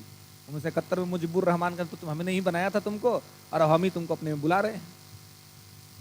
वो एग्जैक्ट फिगर हुआ इसका, है ना। इसके तहत तो संविधान संशोधन करने का जरूरत नहीं है। आगे पढ़िएगा, आर्टिकल 4 पढ़ाएंगे, वो कहता है कि 2 और 3 का अगर प्रयोग कहीं हो गया ना, तो संविधान संशोधन करने का जरूरत नहीं है। मतलब भारत सरकार मनमर्जी से किसी को कब्जा कर सकती है, मनमर्जी, जाओ उठा के ले आओ, है ना, चाचा हमारे विधायक हैं, है ना, वो वाला बात है, लेके जाइए, उसे क्या होता है, कुछ होता है इंटरनेशनल के मामला से। कुलभूषण जाधव के मामला पर कोई बात हुआ आज तक? सारा न्यायालय, सारा सिस्टम कमजोर के लिए होता है। समर्थ के ना कछु दोष गोसाई, पढ़िए रामचरितमानस। सामर्थ्यवान को कोई दोष नहीं लगता है जी। विधायक जी के बेटा कोनो कांड करेगा तो दरोगा जी को आने में 3 दिन लग जाएगा। हाँ, वो कोनो गरीब के बच्चा तो नहीं, कोनो गलती से तो नहीं, कोनो गलती कर देता, पूरा थाना के छाप ले, तो चल भाई उठ। क्यों? सामर्थ्य नहीं है उसके अंदर में, इसलिए सामर्थ्य बहुत बड़ी चीज होती है। चाइना का क्या कर ले रहा था? चाइना को लेकर के अंतर्राष्ट्रीय न्यायालय ने आज से 3 साल पहले एक फैसला दिया कि भाई दक्षिण चीन सागर में अनावश्यक हस्तक्षेप चाइना को नहीं करना चाहिए। वो अपना फैसला देकर अपने घर बैठे हुए, चाइना लगातार कर रहा है, अभी तक कर रहा है, अब कोई इसको रोक नहीं रहा है। क्या समझ में आता है? सामर्थ्यवान होना चाहिए आदमी को, ताकतवर बनना चाहिए। जितने नियम होते हैं वो कमजोर लोगों के लिए होते हैं, ताकतवर लोग कोई नियम नहीं मानते, वो अपना नियम खुद ही बना लेते हैं। हाँ, सुने हो रावण को, एको अहम दूजो ना अस्ति ना भूतो ना भविष्यति, है ना, पागल आदमी था। यमराजे को अपने यहाँ बंदी बनाकर रख लिया था, खड़ा होता था यमराजे का, क्या हाल चाल है जी, ठीक है। यमराज जो सारा मैटर सबका कंप्लीट करते, उगरे बैठे ले था नीचे डर के। शनि जो सबका दिन खराब करते, शनि का दिन खराब कर दिया था, कहा था कि रोज सुबह सलामी देना है हमको, ध्यान रखना, तो उपाय कर देंगे, है ना। सब लोग को उपाय कैले था, सामर्थ्यवान था। लेकिन उससे भी सामर्थ्य वाला आदमी आ गया, एक राम। ये आदमी समुद्र पर पुल बना दिया है। समुद्र पे पुल बना देना क्या है? सामर्थ्य का ही काम है ना। 100 योजन लंबा अपने पुल बांध दिया, ये सब कोई कर सकता है? नहीं कर सकता, यानी सामर्थ्यवान आदमी था। तो जो सामर्थ्यवान है उसके लिए कोई दिक्कत नहीं, वो कुछ भी कर सकता है, उसके पास पूरा पावर है ना। हाँ, लेकिन जो नैतिक आदमी होता है वो अपने सामर्थ्य का गलत प्रयोग नहीं करता है। राम जी को जब पुल बनाना था तो लक्ष्मण जी जो थे वो बोले कि टाइम वेस्ट करने का जरूरत नहीं है। रावण 1 महीने का भाभी को अल्टीमेटम दिया है। हनुमान जी जो न्यूज लेके आए हैं वो 1 महीने का न्यूज लेके आए, वो बोला है कि 1 महीने में हमारी बात मान लो, नहीं तो हम चंद्रहास से मैटर खत्म कर देंगे। तो जितना हम लोग लेट करेंगे तो देरी होगा। तो समुद्र से हाथ जोड़ के रास्ता मांगने की जरूरत नहीं है, तीर निकालिए और तुरंत पूछिए कि क्या रास्ता देगा कि हम दूसरा उपाय करें। लक्ष्मण जी तो गरम दल के नेता थे, तो गरमे वाला बात बतियाते थे, हमेशा मारे पीटे वाला बात बतियाते थे। राम जी धीर भीर गंभीर आदमी थे, तो बोले कि पागल हो, अगर आदमी के पास शक्ति हो तो आदमी को संतुलित होना चाहिए, शक्तिशाली आदमी को असंतुलित नहीं होना चाहिए। लक्ष्मण जी को समझा दिया और सोचे कि बैठ करके हाथ जोड़ के मांगते हैं रास्ता। ये मैसेज जब गया रावण के पास कि राम तो बैठ करके रास्ता मांग रहा है जी, रावण बहुत खुश हो गया। दैव देव आलसी पुकारा। जो आलसी आदमी होता है वो कोई काम नहीं करेगा, भगवान का नाम जपना शुरू कर देगा, है ना। वही वो कहता है कि दैव देव आलसी पुकारा, राम आलसी आदमी है। समुद्र पर पुल बनाना इतना आसान काम है, बनाना ही था तो अपना पुरुषार्थ दिखाता। कि हाथ जोड़ करके काउची कर रहा है जी, है ना, हाथ जोड़ने से रास्ता मिल जाएगा। तो सोचा कि राम बेवकूफ आदमी है, लेकिन राम अपने शक्ति को संतुलित करना जानते थे। तो सोचे कि पहले बात मतलब हाथ जोड़ करके मना करके काम हो जाए। लेकिन 3 दिन तक, अब जब कभी कभी क्या होता है ना कि कमजोर आदमी से कोई ताकतवर आदमी जब हाथ जोड़ देता है ना, तो कमजोर आदमी थोड़ा ओवर कॉन्फिडेंस में आ जाता है। उसको लगता है कि पगला जब खुदे शक्तिशाली है तो हमारे पास हाथ कहला जोड़ रहा है। समुद्र को इसी बात का मिसकंसेप्शन हो गया। उसको लगा कि राम झूठो कहता है कि हम बाली मार दिए, झूठो कहता है कि हम कुछ भी कर देंगे, जब कुछ भी कर देंगे तो हमसे हाथ जोड़ने का क्या जरूरत है इसको। वो कॉन्फिडेंस में बैठ गया। इधर 3 दिन बीत गया, है ना। तो गोस्वामी तुलसीदास अपने सुंदरकांड में लिखते हैं कि बिनय न मानत जलधिड़ गए हु 3 दिन बीत, बोले राम सकोप तब कि भय बिनु होई न प्रीत। आप समझ रहे हैं, रामचरितमानस अवधी भाषा का शब्द है, इट्स नॉट संस्कृत लैंग्वेज। यह अवधी भाषा का शब्द है जो संस्कृत से ही निकला हुआ है भाषा। रामचरितमानस तुलसीदास ने लिखा है, जो अकबर के समकालीन थे। तो कहते कि विनय न मानत जलधि जड़, माने विनय से जल्दी जड़ नहीं मान रहे हैं, मतलब समुद्र के देवता जो हैं वो विनय से नहीं मान रहे हैं। विनय न मानत जल्दी जड़, जड़ जब कहते हैं, जड़ मतलब होता है घमंडी आदमी, है ना, कि जल्दी जड़ जो है जड़ हो गया है, घमंडी हो गया और ये बात नहीं मान रहा है। तो विनय न मानल जड़ गए हु 3 दिन बीत, 3 दिन बीत गया हाथ जोड़े हुए बेचारे के। बोले राम सकोप तब, सकोप मतलब होता है क्रोध। तब राम को अचानक से क्रोध हुआ। अब कोई कमजोर को आप मना रहे हैं, आप बातें नहीं सुन रहे हैं, तब ना होता है कि लाओ उपाय करते हैं। 3 इक्याली उठे 3 दिन बाद। अब बोले राम सकोप तब कि भय बिनु होई न प्रीत। बहुत बार प्रीत करने के लिए भय दिखलाना भी जरूरी होता है। ये तो आदमी आपको अंडरस्टिमेट कर लेता है।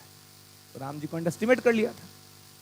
तो राम जी तुरंत कहे कि लक्ष्मण बाण सरासन आनु, लाओ बाण लाओ, उपाय कर देते हैं इसका। लक्ष्मण जी कहे कि भैया 3 दिन लेट हैं आपके वजह से, यह काम करने के लिए हम 3 दिन पहले ये बोले थे, है ना। हम 3 दिन पहले बोले थे कि बाण उठाइए, इसको रास्ता में ये दे देगा तुरंत रास्ता। लेकिन आप जो है ना कि ना पहले बतिया लेते हैं, पहले समझा लेते हैं, पहले ही कर लेते हैं। तो इसका रिजल्ट है कि 3 दिन हम लोग लेट हो गए। भाभी बेचारी इंतजार कर रही है अशोक वाटिका में, उपाय करिए तुरंत। जैसे ही बाण संधान हुआ, समुद्र जलने लगा। प्रकट हो गया देवता हाथ जोड़ करके, माफ कर दीजिए, गलती हो गया मेरे से। तो क्या है मतलब, अब कभी कभी पहले तो एक जो शक्तिशाली आदमी है उसको अपने शक्ति का संचय करने आना चाहिए कि शक्ति का दुरुपयोग ना करे। आज अगर कोई कमजोर है, उसको सामने कोई शक्तिशाली आदमी आकर के हाथ जोड़ रहा है, तो उसको उसका सम्मान करना चाहिए, उसका अपमान नहीं करना चाहिए।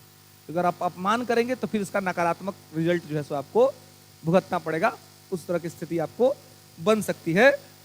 तो यहाँ ये नए राज्यों का प्रवेश एवं गठन जो 2 है, इसका बेसिक मोटिव यही है कि जिस दिन भारत की सरकार को लगेगा कि अब हमें इनको पूरी तरह से मिला लेना चाहिए, तो तुरंत आर्टिकल 2 का प्रयोग होगा और एक पूरे के पूरे राज्य को हम लोग लेकर के इसमें मिला सकते हैं। और ये कहीं से भी असंवैधानिक नहीं होगा, क्योंकि संविधान में ही लिखा हुआ है, ये कॉन्स्टिट्यूशन है। कोई नहीं कह सकता कि मोदी ने नॉन कॉन्स्टिट्यूशनल काम कर दिया, ये नॉन कॉन्स्टिट्यूशनल है ही नहीं, ये संविधान में लिखा हुआ बात है। तो भारत के बाहर के किसी भी क्षेत्र को, किसी भी राज्य को यदि भारत में मिलाना है तो आर्टिकल 2 का प्रयोग करके हम उसे मिला सकते हैं। क्लियर है। आर्टिकल 3, अब दूध से तो डरवे करता है, दूध से ज्यादा भयंकर है 3। और लेकिन 3 क्या कहता है? आर्टिकल 3 कहता है नाम में परिवर्तन, सीमा में परिवर्तन, क्षेत्र में परिवर्तन। Change in name, boundary and region. नाम में परिवर्तन, सीमा में परिवर्तन, क्षेत्र में परिवर्तन, ये आर्टिकल 3 कहता है।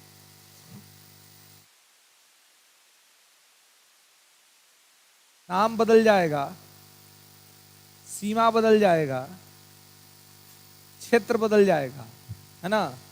अब ये भी हो सकता है कि क्षेत्र बदल करके वो नया राज्य बना दिया जाए, या उसका बंटवारा कर दिया जाए, बहुत सारा हिस्सा कर दिया, बहुत सारा टुकड़ा कर दिया जाए। तो ध्यान रखेंगे कि 2 का प्रयोग हमेशा भारत के सीमा के बाहर के लिए किया जाएगा और 3 का प्रयोग भारत के सीमा के भीतर किया जाएगा। यानी कि 2 है कि आराम से किसी को बहला फुसला करके ले आए, है ना, चलो डेयरी मिल्क खिलाएंगे, है ना, डेयरी मिल्क खिलाया, है ना, कैडबरी कौची कौची आता है, अब मीठ चॉकलेट वो बड़का बड़का बड़का भी आता है जी, नहीं है ना। और हाँ जी, अरे हम तो हाल फिलहाल में देखे हैं, एगो लेके आया बहुत बड़का चॉकलेट, अरे पगलाई की हो चॉकलेट है, और ये तो 3 दिन खाएंगे तो यो खत्म नहीं होगा है। तो फिर हम सर्च किए तो बहुत सारा चॉकलेट का वैरायटी है जी, बहुत माने बड़ा बड़ा सब आता है ना, एक्सपेंसिव भी होता है ना। तो हम लोग भाई बताइए क्या स्थिति है ना। तो हम लोग तो भाई गाँव से निकले पहले ना, मैट्रिक तो आदमी गाँव तक किया, मैट्रिक के बाद ना बाहर का मैटर हुआ, आदमी बाहर शहर निकला, मैट्रिक तक घर ही तक का हुआ, तो बुद्धि तो उतना खुलल नहीं था। धीरे धीरे मस्तिष्क खुला है ना, धीरे धीरे बाहर का मार्केट समझ में आया, बाहर का मैटर समझ में आया कि क्या चल रहा है ना, और किस तरह की स्थितियां परिस्थितियां जो है सो बाहर के अंदर में बन रही हैं। तो बहुत सारी चीजें जो है वो सोसाइटी के अंदर में हो रही हैं है ना, जिससे बहुत से लोग हैं जो कि अवेयर नहीं है। हालांकि उससे अवेयर नहीं, इससे कोई नुकसान नहीं होने देना, कोई फायदा ही अपना है ना, क्योंकि वो आपके जीके जीएस का पार्ट नहीं है, वो थोड़ा ना आपके मेंस में पूछेगा है ना, नहीं पूछने जाने को है। हाँ, लेकिन अलग तरह का कहीं कोई मेंस में आप फंसे हुए हैं तो वहां तो भाई उसका एग्जाम रोज देना पड़ेगा, क्या से कि वहां तो आपको जानकारी रखना पड़ेगा, नहीं रखिएगा तो फिर दिक्कत हो जाएगा है ना। तो इसलिए दूसरा जगह का मेंस नहीं है, का मेंस देना है ना, क्योंकि ये देखिए शिक्षा एक ऐसा चीज है ना, एजुकेशन एक ऐसा पावर है, एक ऐसा हथियार है कि आपको इतना काबिलियत दे देता है ना कि एगो केवल आप इसको ले लीजिए, पूरी तन्मयता से आप केवल इसको प्राप्त कर लीजिए। मैं अपने व्यक्तिगत अनुभव से बता रहा हूं आपको कि दुनिया की सारी चीज आपके कदमों में आ जाएगी। खाली इसको ले लीजिए, अपने आप को एजुकेशनल पावरफुल बनाइए। हमको पढ़ना रगड़ के है, नॉलेजेबल बनना है, योग्य बनना है, पैसा कमाना है पढ़ करके। बाकी कोई भी चीज आपको आता है आपको नहीं आता, इसका कोई फर्क नहीं पड़ता है। दुनिया की सारी खुशियां, दुनिया की सारी चीजें आपके कदमों में आके गिर जाएंगी। उसके बाद चॉइस आपका होगा कि आप क्या चूज करना चाहते हैं, आप क्या उठाना चाहते हैं। मानो तो उठा लीजिए, नहीं हो तो आप निकल जाइए बगल से, कोई दिक्कत नहीं है। लेकिन ये तभी होगा जब ये होगा। और सामान्य मध्यम वर्गीय परिवार, गरीब घर के बच्चों के लिए सबसे बड़ा चीज यही है, क्योंकि हमारे आपके पिताजी कोई सांसद विधायक नहीं है, मंत्री नहीं है, नॉर्मल नौकरी है, तो हमारे पास तो उतनी औकात नहीं है। तो हम अपनी औकात कैसे बढ़ा सकते हैं? सामान्य घर के विद्यार्थी अपना औकात बढ़ा सकता है अपनी एजुकेशन से। रातों रात सेलिब्रिटी बनने का आपके पास अगर कोई चीज है तो वो है आपका एजुकेशन। ये आपको पावरफुल बना सकता है और ये आपको सब कुछ दिला सकता है, और ये जब आ जाएगा तो बड़े बड़े लोग भी आपके सामने टिकेंगे। ये इसका ही है वैल्यू है, ये इसका वेटेज है। इसलिए हमेशा प्रयास करें कि इसके लिए किसी को भी छोड़ना पड़े तो छोड़ दे, इसको नहीं छोड़े। इसलिए हम कहते हैं कि अब्सेंट ना करें किसी भी चीज के लिए भी। अगर आप ठीक हैं, स्वस्थ हैं, चलने की क्षमता है, सुनने की क्षमता है, तो पढ़ाई जरूर करें। बाकी चीज के लिए आप बहानाबाजी कर दीजिए, नहीं करेंगे, आज मन नहीं कर रहा है, आज नहीं जाएंगे घूमने, थके हुए हैं, नींद आ रहा है, कर लीजिए, फायदा होगा आप ही का। बाहर नहीं जाइएगा, आप ही का टाइम बचेगा, सेविंग होगा, बहुत सारी चीजें फायदे हो जाएंगी। लेकिन यहां अगर नहीं करिएगा ना तो इसमें पूरा का पूरा लॉस आप ही का है। और समझदारी की बात है कि आप अगर 6 से 8 महीना 10 महीना प्रॉपर इसको दे देते हैं, सब कुछ छोड़ छाड़ करके, तो ये आपको इतना रिटर्न बैक देगा, ये आपको इतना प्रॉफिट देगा, उतना कोई प्रॉफिट कोई बैंक नहीं देता है जी। कोई बैंक इतना ज्यादा प्रॉफिट आपको नहीं देगा जितना कि प्रॉफिट आपको ये देगा। इसलिए इसका सिग्निफिकेंस, इसका इंपॉर्टेंस सभी चीजों से बहुत ऊपर है। इसलिए आपका जो टाइम जाना चाहिए वो इसको जाना चाहिए।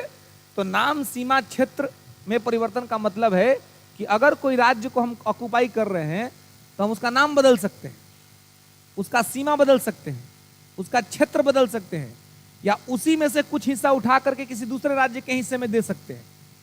मतलब किसी भी तरीके से हम उसको तहस नहस कर सकते हैं। जैसे कि अभी रिसेंटली आर्टिकल 3 का ही प्रयोग हुआ जम्मू कश्मीर पर, है ना। जम्मू कश्मीर किसका प्रयोग? आर्टिकल 3 का प्रयोग हुआ। पहले से वो भारत का राज्य था, लेकिन उसको तोड़ करके हम क्या बना दिए? संघ शासित प्रदेश बना दिए। कश्मीर वाला हिस्सा हम लद्दाख में डाल दिए। और नीचे वाला हिस्सा जम्मू को हम जम्मू कश्मीर बोल दिए। तो ये सब आर्टिकल 3 के तहत हुआ। तो ऐसे ही मान लीजिए कि हम पाकिस्तान को कब्जा कर लेते हैं, तो कब्जा करेंगे तो वहां का तो कुछ तो आदमी सब है जो विरोध करेगा, अपनी एकता के लिए लड़ेगा। तो उसको 2 से कम डर लगता है, उसको डर लगता है 3 से, कि 3 तो बर्बाद कर देगा एकदम। 2 के तहत तो खाली कब्जा होगा, और 3 के तहत तुरंत क्या होगा, नाम बदल जाएगा, है ना। जब नाम बदलेगा तो नाम बदलने वाले मास्टर एक है हमारे देश में बहुत माने चर्चित है, योगी आदित्यनाथ। उनको कह दिया जाए कि तनी पाकिस्तान के को नया नाम सुझाइए भाई, तो कह देंगे रख दो भाई रामपुरवा, है ना। अब आर्टिकल 3 के तहत पाकिस्तान का नाम बदल क्या हो जाएगा, रामपुरवा। अब पाकिस्तान का आदमी सब क्या कहेगा कि पहले हम पाकिस्तान थे, वर्तमान में हम रामपुरवा हैं, हम चाहते हैं कि भारत से हमको मुक्ति दिलाई जाए। तो पहले तो नाम बदलेगा, उसके बाद देखिए कि कहां कहां पर ज्यादा विद्रोह हो रहा है, कहां कहां पर ज्यादा कह रहा है कि हम भाई पाकिस्तान के एकता के लिए लड़ रहे हैं। तो वैसा वैसा रीजन को तुरंत उठा करके केंद्र की सरकार क्या कह देगी कि हम दे देते हैं यूपी में, इसको यूपी के मुख्यमंत्री योगी आदित्यनाथ के कंट्रोल में दे देते हैं। अब वहां चाह के भी सब विरोध नहीं कर पाएगा, क्या ये मुख्यमंत्री बहुत खतरनाक मुख्यमंत्री है जी। जो आदमी हंगामा करता है ना, तोड़फोड़ करता है ना, तो जुर्माना उसी से वसूल करता है। सीसीटीवी में कैमरा कैद करके कहता है कि आओ अब तुम्हें इसका नुकसान भरो, नहीं तो बुलडोजर भेज देगा, घर ढहवा देगा। तो कौन डरे करने जाएगा, है ना।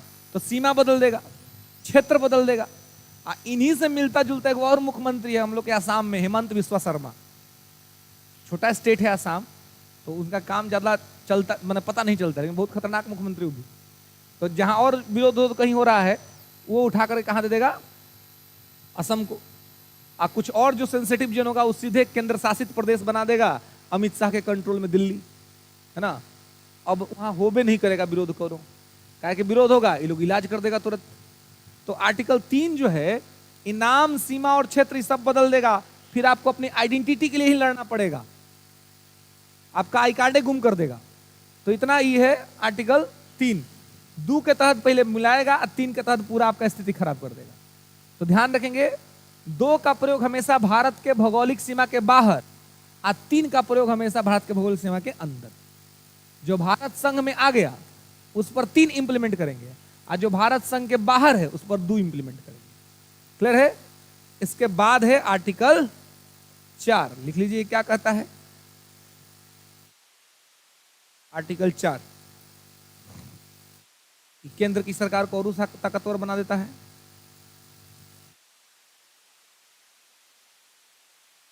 कहता है क्या कि 2 और 3 के तहत किया गया कोई भी बदलाव संविधान संशोधन नहीं माना जाएगा।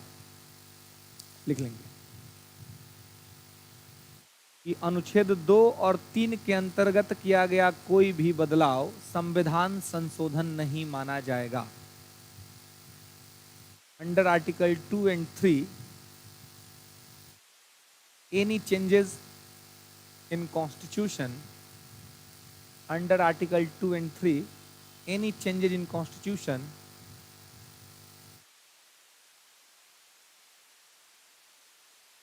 is not constitutional amendment, is not constitutional amendment। ठीक है। 2 और 3 के तहत किया गया कोई बदलाव संविधान संशोधन नहीं माना जाएगा। ठीक है। अभी और मजेदार बात हो गया, संविधान संशोधन करना पड़े अगर, तो सरकार को चाहिए कम से कम 2/3 बहुमत, 2/3 मेजोरिटी। ठीक है। तो सरकार जो चलती है हमारी, जैसे अगर मोदी जी अभी जो प्राइम मिनिस्टर हैं, तो इसलिए है क्योंकि इनको सिंपल मेजोरिटी है ना। सिंपल मेजोरिटी मतलब इनकी जो 272 से 1 ज्यादा। अगर इस बार भी इनकी पार्टी के 273 सांसद जीत जाते हैं तो ये आराम से प्रधानमंत्री बन जाएंगे, कोई दिक्कत नहीं। 2014 के चुनाव में इनकी पार्टी के 282 सांसद जीते थे, यानी 272 से 10 ज्यादा जीत गए थे, तो आराम से 5 साल की सरकार चली थी। 2019 के चुनाव में इनकी पार्टी के 303 सांसद जीत गए, तो ये और ज्यादा हो गया, तो आराम से इनकी सरकार चली 5 साल धूमधाम से, कोई दिक्कत